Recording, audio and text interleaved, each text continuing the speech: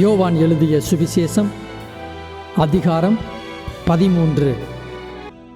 பஸ்கா பண்டிகைக்கு முன்னே இயேசு இவ்வுலகத்தை விட்டு பிதாவினிடத்திற்கு போகும்படியான தம்முடைய வேலை வந்ததென்று அறிந்து தாம் இவ்வுலகத்தில் இருக்கிற தம்முடையவர்களிடத்தில் அன்பு வைத்தபடியே முடிவு பரியந்தமும் அவர்களிடத்தில் அன்பு வைத்தார்.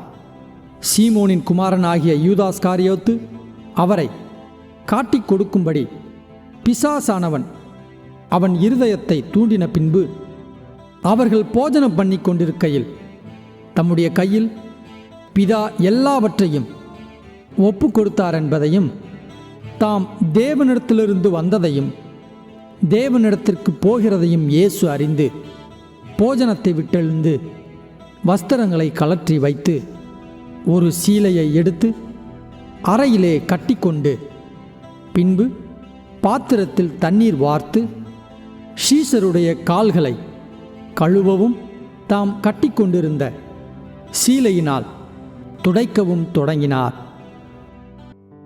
அவர் சீமோன் பேதுருவினிடத்தில் வந்தபோது அவன் அவரை நோக்கி, ஆண்டவரே, நீர் என் கால்களை கழுவலாமா என்றான்.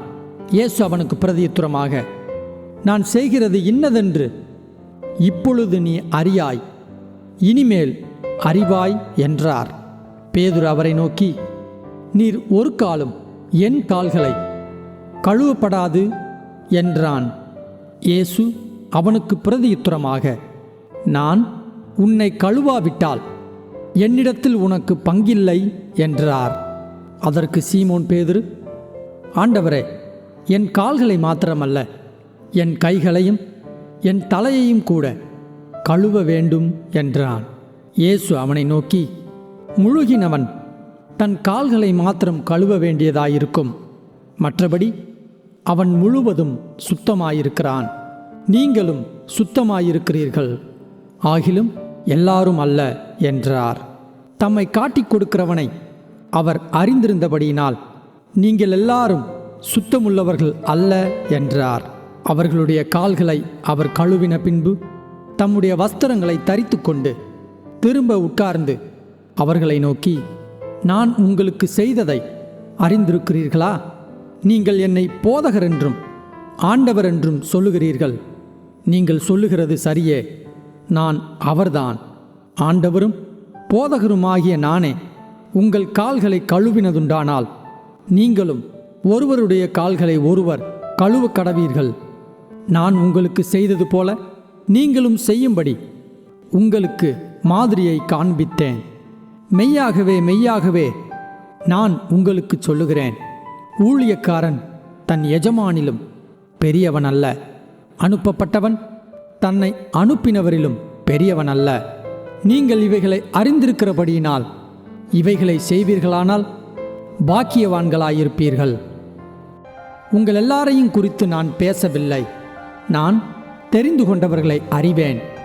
ஆகிலும் வேதவாக்கியம் நிறைவேறத்தக்கதாக என்னுடனே அப்பம் புசிக்கிறவன் என்மேல் தன் குதிகாலை தூக்கினான்.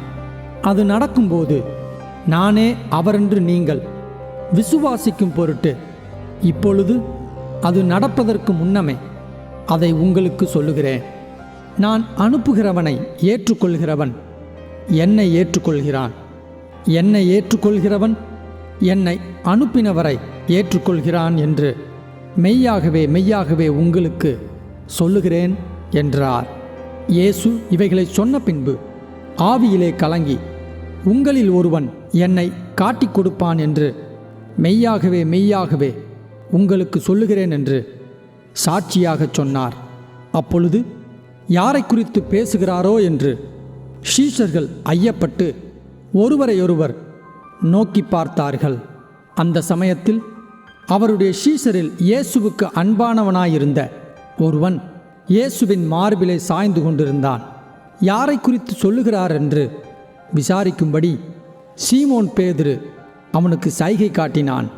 அப்பொழுது அவன் இயேசுவின் மார்பிலே சாய்ந்து கொண்டு, ஆண்டவரே, அவன் யார் என்றான். இயேசு பிரதியுத்தரமாக, நான் இந்த துணிக்கையை தோய்த்து எவனுக்கு கொடுப்பேனோ அவன்தான் என்று சொல்லி துணிக்கையை தோய்த்து சீமோன் குமாரன் ஆகிய யூதாஸ் காரியோத்துக்கு கொடுத்தார். அந்த துணிக்கையை அவன் வாங்கின பின்பு சாத்தான் அவனுக்குள் புகுந்தான். அப்பொழுது இயேசு அவனை நோக்கி, நீ செய்கிறதை சீக்கிரமாய் செய் என்றார். அவர் இப்படி அவனுடனே சொன்னதின் கருத்தை பந்தியிருந்தவர்களில் ஒருவனும் அறியவில்லை. யூதாஸ் பணப்பையை வைத்து கொண்டிருந்தபடியினால் அவன் போய் பண்டிகைக்கு தேவையானவைகளை கொல்லும்படிக்காவது தரித்திரருக்கு ஏதாகிலும் கொடுக்கும்படிக்காவது இயேசு அவனுடனே சொல்லியிருப்பார் என்று சிலர் நினைத்தார்கள். அவன் அந்த துணிக்கையை வாங்கினவுடனே புறப்பட்டு போனான். அப்பொழுது ராக்காலமாயிருந்தது. அவன் புறப்பட்டு போன பின்பு இயேசு, இப்பொழுது மனுஷகுமாரன் மகிமைப்படுகிறார், தேவனும் அவரில் மகிமைப்படுகிறார். தேவன் அவரில் மகிமைப்பட்டிருந்தால் தேவன் அவரை தம்மில் மகிமைப்படுத்துவார், சீக்கிரமாய் அவரை மகிமைப்படுத்துவார். பிள்ளைகளே, இன்னும் கொஞ்ச காலம் நான் உங்களுடனே கூட இருப்பேன். நீங்கள் என்னை தேடுவீர்கள். ஆனாலும் நான் போகிற இடத்துக்கு நீங்கள் வரக்கூடாதென்று நான் யூதரோடே சொன்னது போல இப்பொழுது உங்களோடும் சொல்லுகிறேன். நீங்கள் ஒருவரில் ஒருவர் அன்பாயிருங்கள். நான் உங்களில் அன்பாயிருந்தது போல நீங்களும் ஒருவரில் ஒருவர் அன்பாயிருங்கள் என்கிற புதிதான கட்டளையை உங்களுக்கு கொடுக்கிறேன். நீங்கள் ஒருவரில் ஒருவர் அன்புள்ளவர்களாயிருந்தால் அதனால் நீங்கள் என்னுடைய சீஷர்கள் என்று எல்லாரும் அறிந்து கொள்வார்கள் என்றார். சீமோன் பேதுரு அவரை நோக்கி, ஆண்டவரே, நீர் எங்கே போகிறீர் என்றான். இயேசு அவனுக்கு பிரதியுத்தரமாக, நான் போகிற இடத்துக்கு இப்பொழுது நீ என் பின்னே வரக்கூடாது, பிற்பாடு என் பின்னே வருவாய் என்றார். பேதுரு அவரை நோக்கி, ஆண்டவரே, நான் இப்பொழுது உமக்கு பின்னே ஏன் வரக்கூடாது? உமக்காக என் ஜீவனையும் கொடுப்பேன் என்றான். இயேசு அவனுக்கு பிரதியுத்தரமாக, எனக்காக உன் ஜீவனை கொடுப்பாயோ? சேவல் கூவுகிறதற்கு முன்னே நீ என்னை 3 தரம் மறுதலிப்பாய் என்று மெய்யாகவே மெய்யாகவே உனக்கு சொல்லுகிறேன் என்றார்.